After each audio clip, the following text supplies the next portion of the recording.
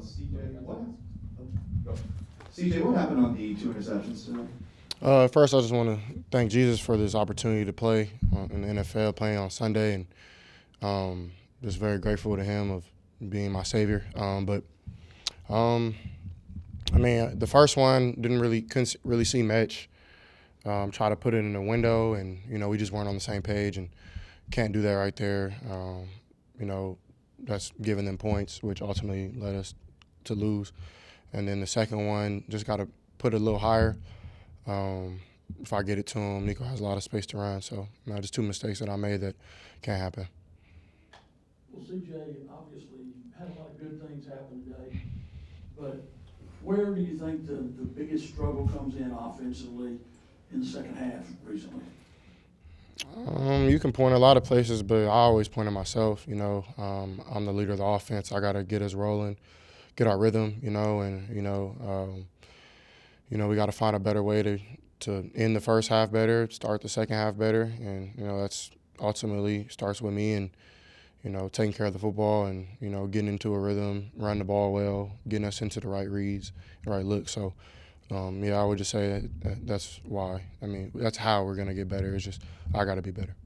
CJ, going in, you have one more game for the bye week. How do you make sure that you guys get back on course, go into that bye week fully healthy to be able to come back out for the final 4 games of the regular season? Got to practice really hard. Got to be really on each other. Everybody has to look themselves in the mirror and try to get things fixed. So that'll be the plan for this week. Practicing, getting better. Personally, I got to get better. As a team, we have to get better. Trying to go to Jacksonville and get a dub before bye week. CJ, is there ever a sense of how are we in this position again when you face some of these second and third and longs that feel like have been consistent for a few weeks now? As they were wondering, how does this happen again? How are we in another second, third and long situation? Not necessarily. I try to one-play mentality as best as I can and try to execute the next play. Whatever down a distance it is, I try to put my team in the best position to get the first or to get an explosive or whatever we need to help the team. So that's just my mindset when it comes to that. Obviously, you have all the time in the world. From your perspective, what do you have to do? You say you have to be a better person. What do you really have to do to improve on, to help get the offense back on track? I got to just practice better, play better. It's no secret. I haven't been playing well personally from my standard. I have a couple good drives, a couple good plays here, but it's just up and down right now. So I got to just, for me, I feel like it starts with practice, and then it comes to the game, staying focused. And, I've been focused. I watch as much film as anybody, and it's just sometimes it doesn't go your way. And, I got to be harder on myself and, realize that, games can't come down to me making plays. And, I didn't make enough, and I gave up the ball twice today. So I got to just be better, and I know that. So, but it's no time. I'm not going to hold my head down. I'm going to, keep my chin up, chest high, and just, I know I'm still a great player, but I got to just, put better stuff on the field. CJ, how much has some of the pressures and the sacks earlier on in the season caused you to be in the pocket later on this season? Not much. I would say I've been pretty comfortable. Today I was pretty comfortable. We went, I think, 3 quarters without a sack, and then the fourth quarter gave a couple, and some of them were my fault. So, I would say that I'm not really too affected by them. I try to sit in there as best as I can, or when it's not open down the field, then I try to take off and make a play and, just be smart with my legs as well. But I haven't really let it affect me too much. I see 2 quick kind of questions. What was supposed to happen on the play that you all got called for illegal motion? Mm-hmm. Then I'll ask the second quick one after that. Yeah, we have a quick motion with Tank, and, it was miscommunication on my part in the huddle, and, 2 motions at the same time. That play kind of maybe seals the deal. You go down the 1, or I don't know if Nico scored. I stopped paying attention. But, if he scored, then, we give our defense the chance to stand up and then run it out.